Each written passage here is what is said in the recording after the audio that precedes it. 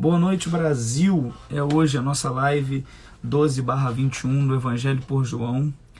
Hoje vai ser impactante. É o jantar ou a refeição em Betânia. Com certeza vai abençoar muito a sua vida. Ontem foi incrível. Aliás, nós tivemos 2 dias seguidos muito abençoados, um com o pastor Orestes, Antônio Orestes, e outro com o pastor Caio Lima. E hoje sou só eu, até sexta-feira. E sexta-feira tem um outro amigo de surpresa. 7 Lagoas. Poxa, eu estive muito em 7 Lagoas. Igreja Evangélica de Jesus, Igreja Batista. Preguei na Lagoinha de 7 Lagoas.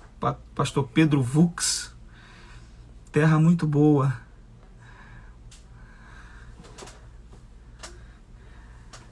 Deus te abençoe. Parabéns pelo aniversário, Jussara. Boa noite, Rita. Você que está entrando aí, as recomendações são sempre as mesmas.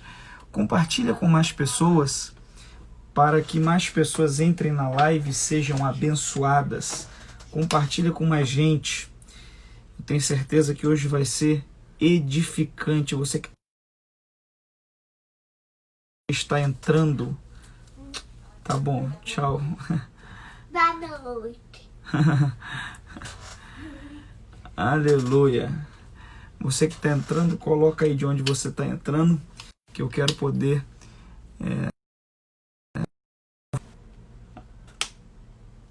deixa eu ver se o fone conecta para ficar melhor. Agora foi. Café, gente. Eu tomo café antes de dormir, um cafezinho. João 12:21. Tem coisas novas, eu creio nisso. Boa noite, paz de Cristo. Tamires, a paz. Juliana, psicóloga Juliana. Miriam Brenda, paz. Cuiabá, Mato Grosso. Dizem que Cuiabá é muito quente, não é verdade isso? É mais quente que o Rio? Dá mais de 40 graus? Paz, povo de Deus. Vou te trazer na Argentina. Eu creio, Felipe, eu vou. Eu vou, vai ser uma alegria cooperar com os irmãos, com os hermanos argentinos. Precisa vir pregar na Devec Pavona. Tem um tempo que eu não vou na Pavona. A Pavona foi uma das Devecs que eu mais preguei. Igreja abençoada. Alisson Rodrigues, um abraço, amigo. Lena Souza, Miriam, Elaine Marcelli, minha esposa, tá na live. O Rio Fernandes, BH, Laíse, de Rio Grande do Norte. Itapetinga, Bahia. Vai entrando, gente, compartilha com mais pessoas. Amanda, boa noite, a paz. Rita de Santos. Maria Laura de Montanhas, Rio Grande do Norte. Salvador, Bahia. Rio Claro. Rosário, Argentina. Ô Felipe, manda uma mensagem no direct depois. Imersão do Evangelho no João, 21 dias impactantes. Deus te abençoe, irmã Eli. Graça e paz. Picos. Cafezinho de lei. Tem que ter um café, irmão. Um café é sempre um café. Santo Antônio de Jesus. A paz, Adriano. Projeto Vida Nova de Campo Grande. Eu tive aí. Meu amigo pastor Marcos Salles. Igreja abençoada. Picos. Já preparei meus papéis e caneta. Vamos embora. Irmã Monique. Da mesma igreja que eu, irmão Monique. Deus abençoe a sua família. Um abraço no marido, na família, nos filhos. Cuiabá, 50. Que isso, varão? Que isso, varão? 51 graus. Tá brincando. Isso é sensação térmica, né? Cuiabá é muito quente, sim. Vários testemunhos de Cuiabá aqui. A Devec Posse. Minha amiga Bárbara Vou. Devec Taquara, pra frente. Devec Posse. Sergipe. Meu amigo Anderson. Depois você me manda um zap, Anderson, eu quero falar contigo. É isso mesmo. O pessoal percebe as coisas, né? Eu ganhei. Duas coisas que pregador geralmente ganha muito. É xícara, camisa. Antigamente eu ganhava muito gravata. Santa Bárbara, Bahia. Se eu tomar café agora, eu durmo no caminho. Eu tô acostumado. Eu tomo um cafezinho para dormir tranquilo. Faz lives de mais tempo, de 1 hora. Quem sabe as próximas? É que a gente começa com um propósito e a gente tem que ir até o fim com esse propósito. Eu comecei, Deus colocou no meu coração 30 minutos. Então, Assembleia de Deus Bom Refúgio, Natal. Cada um tem um manto, irmão. Vou falar sobre isso. O Caio é aquele jeito dele de Deus. A Devec Sede, que honra. Tive a oportunidade de cooperar 2 vezes com a nossa igreja sede. Nesse tempo da pandemia para cá. Foi uma alegria. Eu creio nisso. Vamos que vamos, gente. Compartilha para mais pessoas essa live. Eu tenho certeza que vai ser bênção para muita gente. O capítulo 11 de João foi o capítulo que nós tratamos ontem. É o capítulo onde acontece um momento difícil. Vou tentar trazer ele em breve. É um momento que o capítulo 11 acontece um momento difícil, por que não dizer triste, na família de Marta, Maria e Lázaro, que é a enfermidade de Lázaro, a doença, e depois a morte. E no capítulo 12 é a celebração do milagre que Jesus fez no capítulo 11. Então, assim, a primeira coisa que eu preciso que você entenda essa noite é que a tua história não termina no capítulo 11. No capítulo onde o luto acontece, a tristeza acontece. No final do capítulo 11, Jesus ressuscita Lázaro. E após Jesus ressuscitar Lázaro, entra o capítulo 12, que eu quero compartilhar algumas lições interessantes aqui sobre algumas pessoas que aparecem nesse capítulo 12 de forma bem didática para você. O capítulo 12, o verso 1 diz assim: Foi, pois, Jesus 6 dias antes da Páscoa a Betânia, onde estava Lázaro, o que falecera, e a quem ressuscitara dentre os mortos. Fizeram, pois, ali uma ceia. Olha só que coisa linda. E Marta servia, e Lázaro era um dos que estavam à mesa com ele. Então Maria, tomando um arretel de unguento de nardo puro de muito preço, ungiu os pés de Jesus, e enxugou-lhe os pés com os seus cabelos, e encheu-se a casa do cheiro do unguento. Preste atenção nisso aqui, que eu quero começar por esses 3. O primeiro que aparece no versículo de número 2 é Marta, depois Lázaro e depois Maria. Marta aparece primeiramente servindo, trabalhando. Marta era a mulher nessa casa do serviço. Marta era a mulher que punha a mão na massa.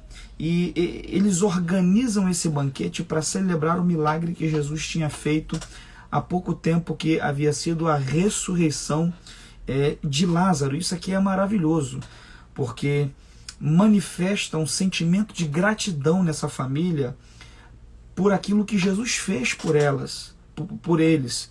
Então, assim, há um manifestar de gratidão aqui. Eu já falei em outras lives, eu volto a repetir: quanto mais você agradece pelo que tem, mais você vai ter pelo que agradecer. Vida sem gratidão é vida sem graça. Paulo disse: em tudo dai graças, porque essa é a vontade de Deus para convosco em Cristo Jesus.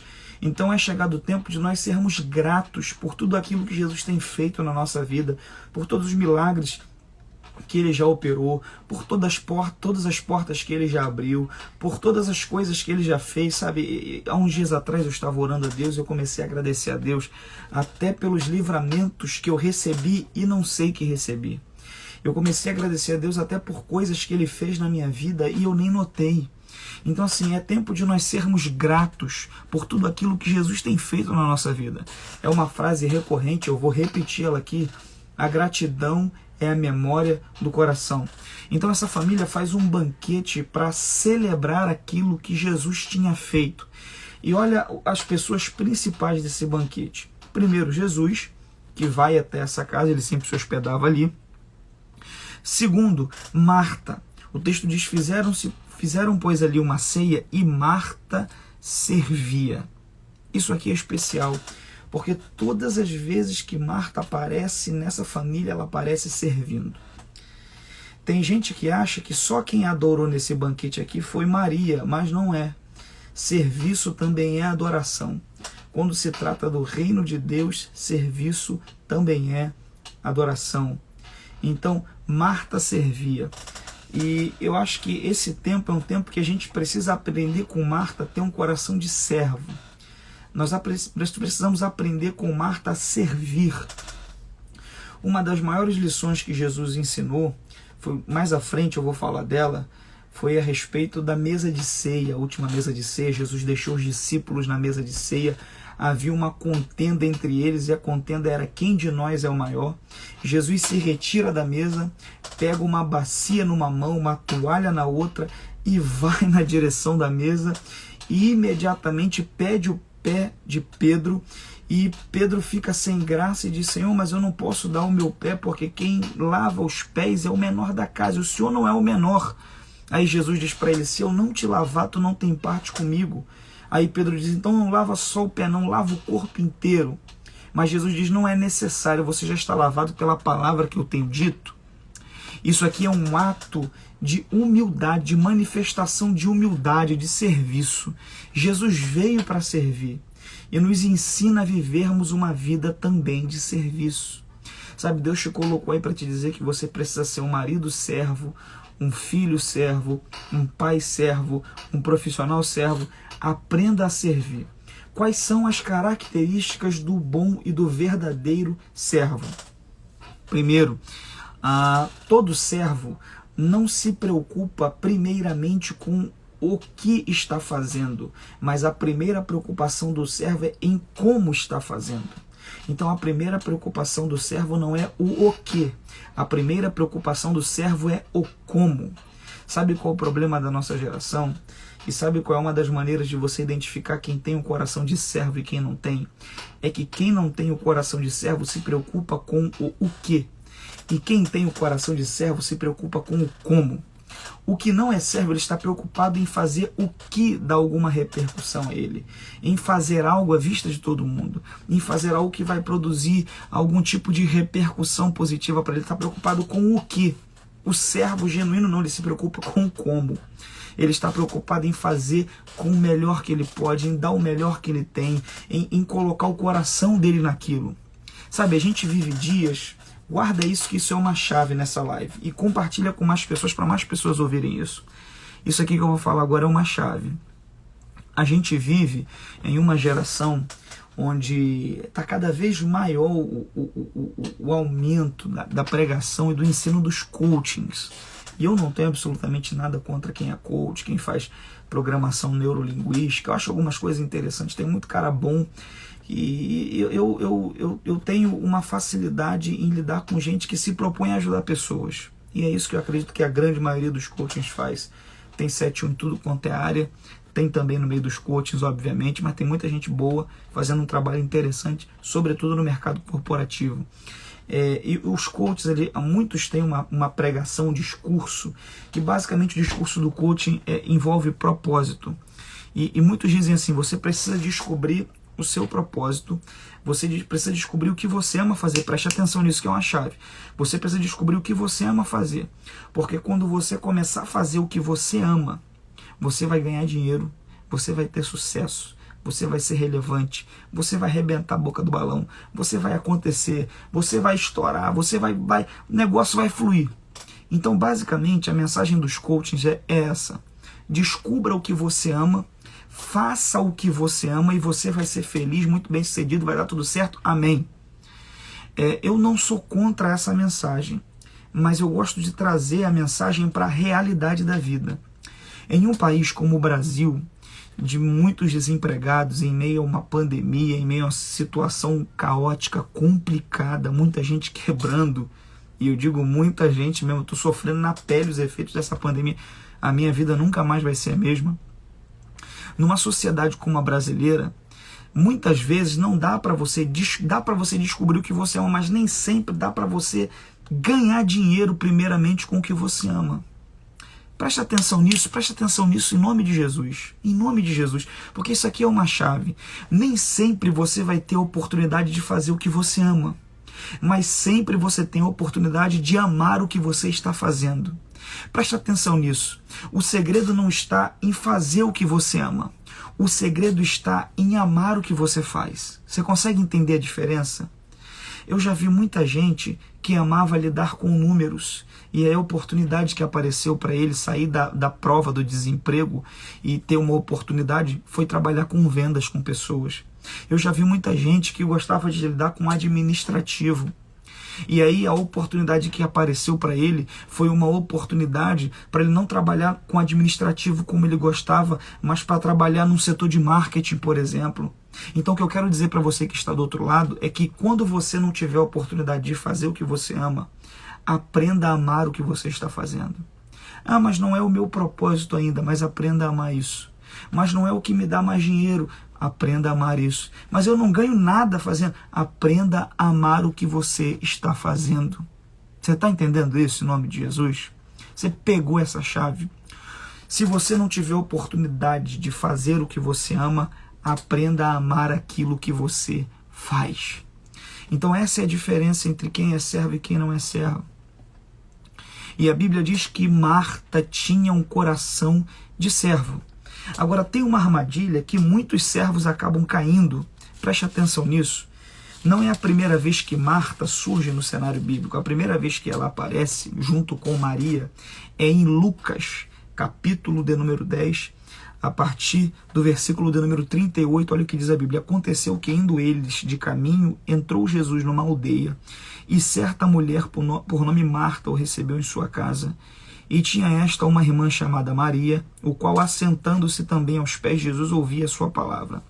Marta, porém, andava distraída, preste atenção nisso, em muitos serviços. E aproximando-se, disse: Senhor, não se te dá que minha irmã me deixe servir só? Diz-lhe que me ajude.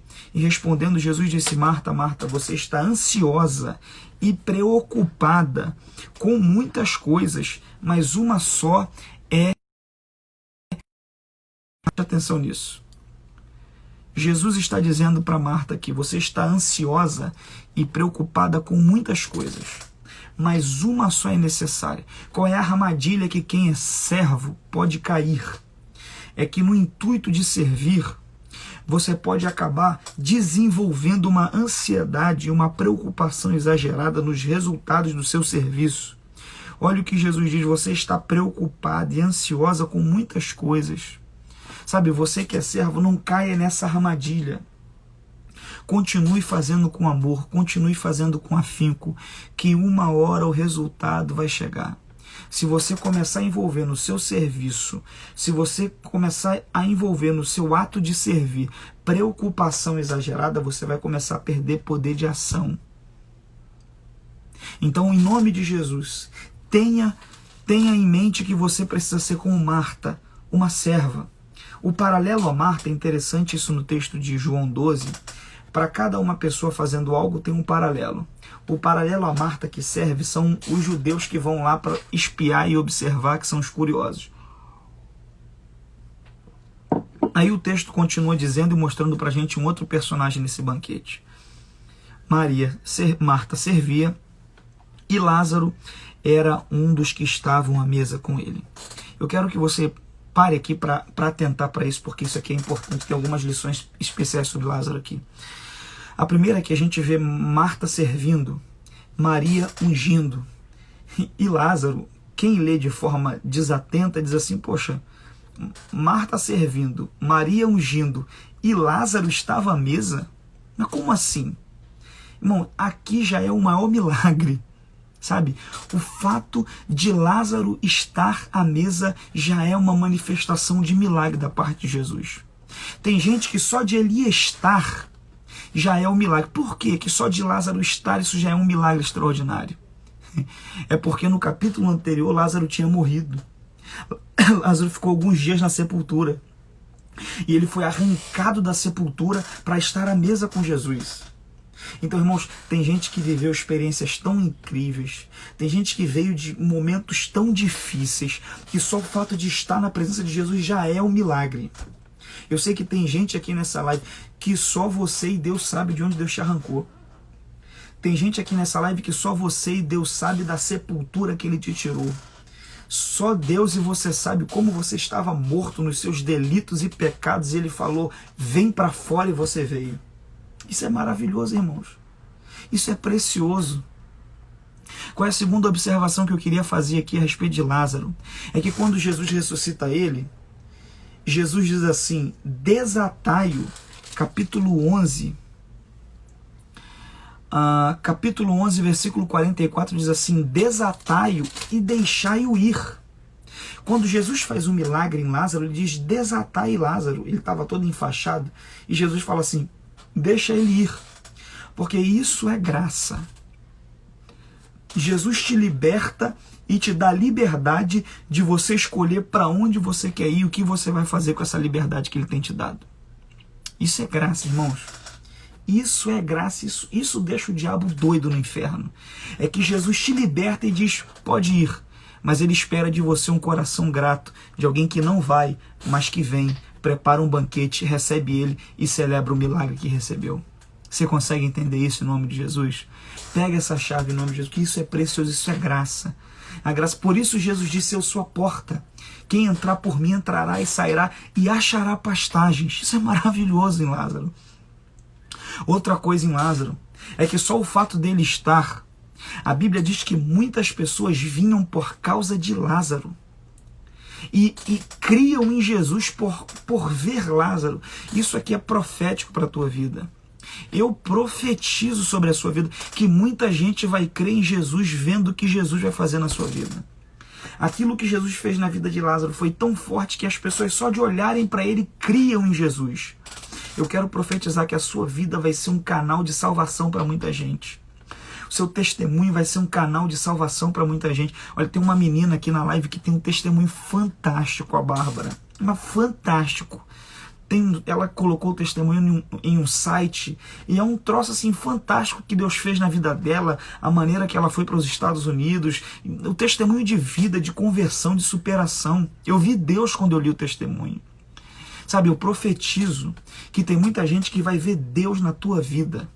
Porque quem olhava para Lázaro vivo dizia, só pode ter sido Jesus. Não havia outra possibilidade. Agora você começa a entender o que eu falei antes na live, que essas lives aqui são meio que um quebra-cabeça. Uma coisa vai juntando a outra e vai formando um mosaico maior. Quando eu disse ontem que Jesus deixou Lázaro, a doença ficar precária e ele morrer porque queria fazer algo muito maior na vida dele, que repercutisse muito mais. E é muitas vezes isso que Jesus faz na nossa vida. Eu profetizo que o que ele vai fazer vai atrair muita gente à presença dele através da tua vida. A sua vida vai ser canal para muita gente, vai ser canal de transformação, de mudança, de renovo, vai ser resposta para muita gente. Só que o texto diz que isso não atraiu apenas pessoas que queriam se converter. Aquilo que Jesus tinha feito na vida de Lázaro não atraiu apenas pessoas que passaram a crer em Jesus. Mas aqui tem mais um perigo. A Bíblia diz que os fariseus, no versículo de número 10, os principais sacerdotes tomaram deliberação para matar também a Lázaro. Preste atenção nisso. Os sacerdotes queriam matar Lázaro. Você sabe o que Lázaro fez para ser alvo desse desejo cruel e carnal do sacerdote de matá-lo? Absolutamente nada. Só por aquilo que Lázaro recebeu de Jesus, os sacerdotes queriam o matar. Você consegue entender que tem gente que tem inveja de você e raiva de você? Não é porque você fez alguma coisa. É por causa daquilo que você recebeu de Jesus. Você consegue entender isso? Isso aqui é uma chave para você discernir. Que muitas vezes tem gente que te odeia, que não gosta de você, não é pelo que você fez, é pelo que você recebeu. José era odiado não é pelo que ele fazia apenas, mas ele era odiado pelo que ele recebeu. Quando ele recebeu a túnica e mais amor do pai, os irmãos ficaram endemoniados com ele. Os sacerdotes planejaram matar Lázaro por causa daquilo que ele recebeu. Agora aqui, eu vou te falar duas coisas nisso aqui. A primeira é que Lázaro tinha morrido por causa de uma doença. Agora os doentes estavam querendo matar Lázaro. São duas coisas com as quais você tem que se preocupar. Com doença e com doentes. Os sacerdotes eram doentes da religiosidade. Eram doentes de inveja. Então você precisa entender que é necessário você ter cuidado com doenças e doentes. Porque tem muita gente doente que não viveu o milagre e não fica feliz quando você vive. Tem muita gente doente que não suporta ver o teu crescimento. Tem muita gente doente que não suporta ver como Jesus te tirou da sepultura, como você está sentado à mesa, como gente está vindo, como pessoas estão ouvindo aquilo. Porque isso deixava os fariseus se corroendo por dentro de inveja. Ouvir e ver pessoas indo até Lázaro mediante o que Jesus tinha feito. Agora eu tenho uma palavra para você. A história paralela da igreja diz que Lázaro fugiu para Chipre. Lázaro foi para a ilha de Chipre. E até hoje tem uma igreja lá chamada Igreja de São Lázaro. Preste atenção nisso. E a história paralela diz que Lázaro morreu de velhice. Preste atenção. Lázaro não foi transladado. Lázaro morreu de novo. Mas não foi na mão dos invejosos. Porque isso aqui é uma palavra profética. Toda ferramenta preparada contra ti não prosperará. O invejoso não vai conseguir matar aquilo que Jesus fez na tua vida. Os mentirosos não vão conseguir matar aquilo que Jesus fez na sua vida. O levante do inferno não vai parar o que Jesus fez na sua vida. Você vai ser acometido de circunstâncias e momentos ruins, mas não vai ser pela mão deles. Deus vai te guardar. Então, paralelo para Marta, que servia, eram os curiosos que vinham só observar. O paralelo para Lázaro, que viveu um milagre e atraía muita gente através do testemunho dele, pessoas que criam em Jesus, eram os fariseus, os religiosos que não criam em Jesus e queriam matá-lo.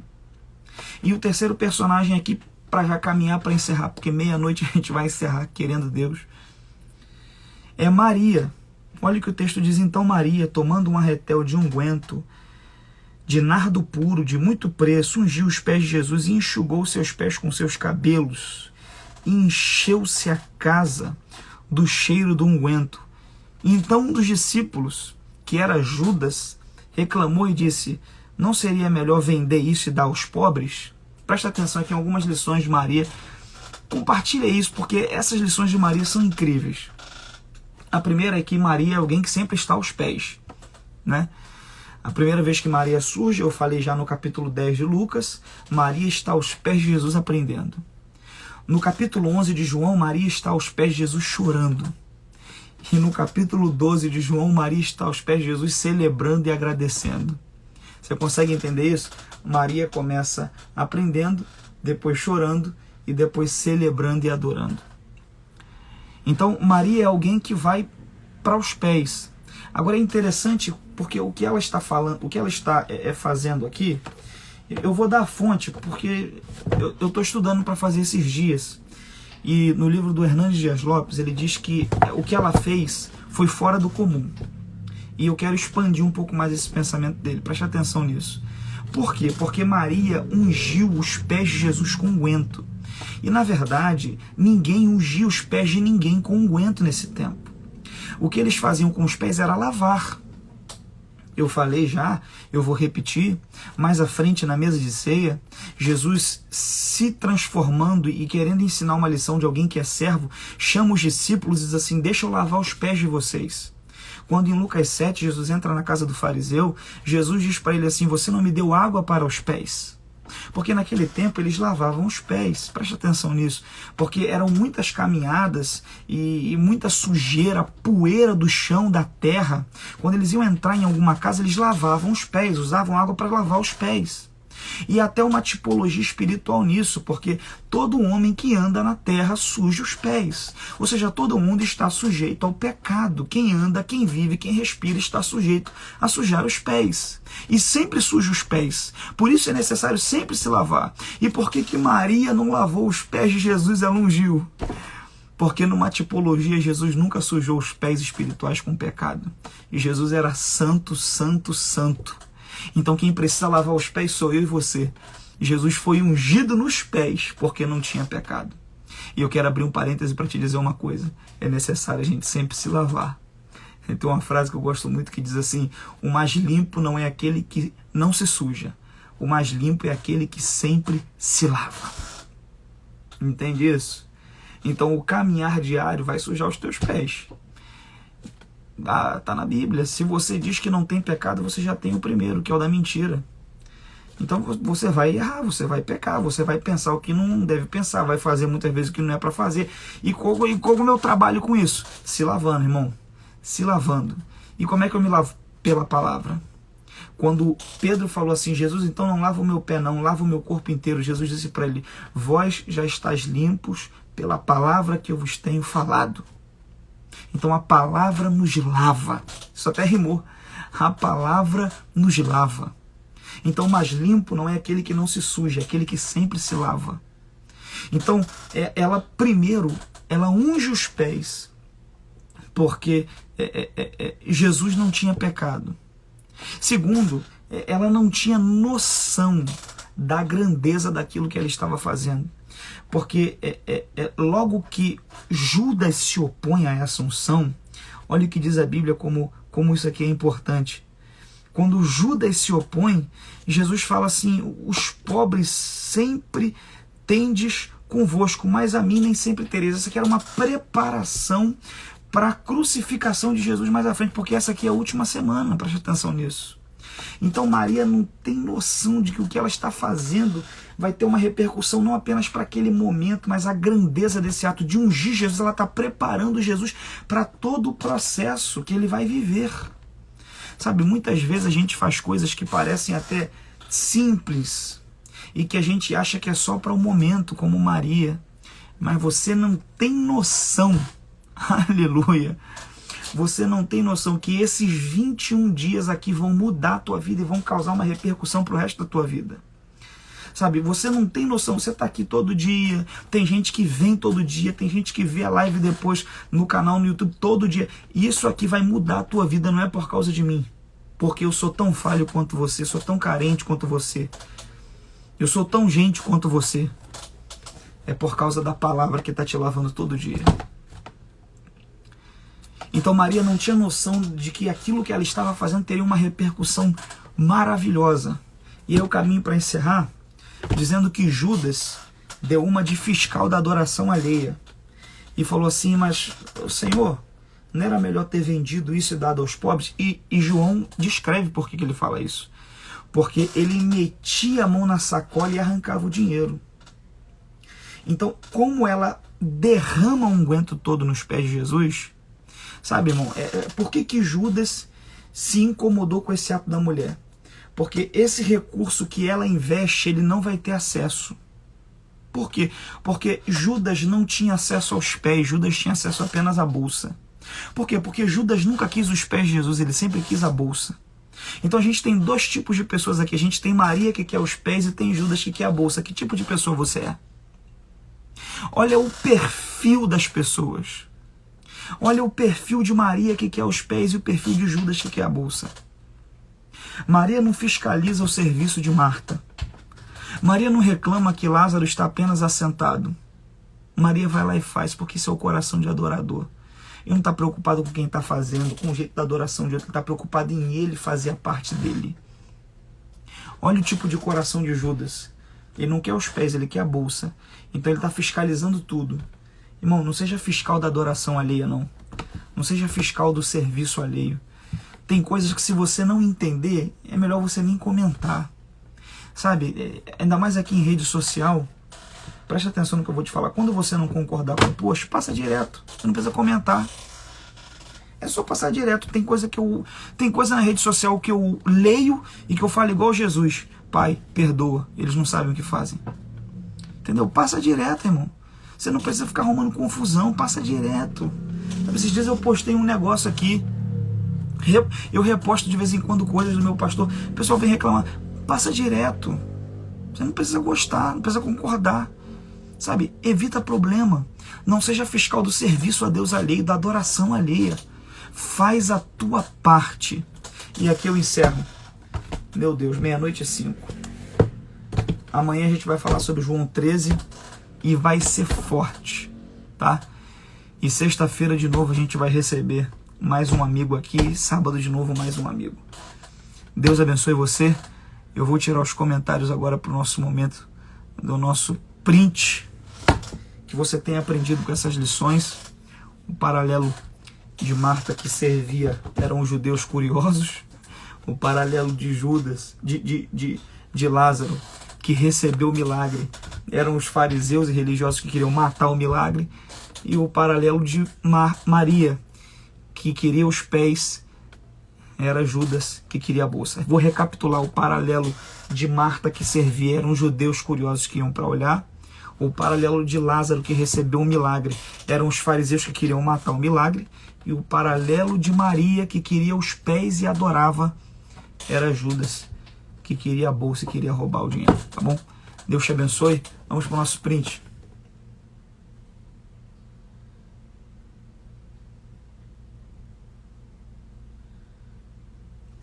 Deus te abençoe. Até amanhã, em nome de Jesus.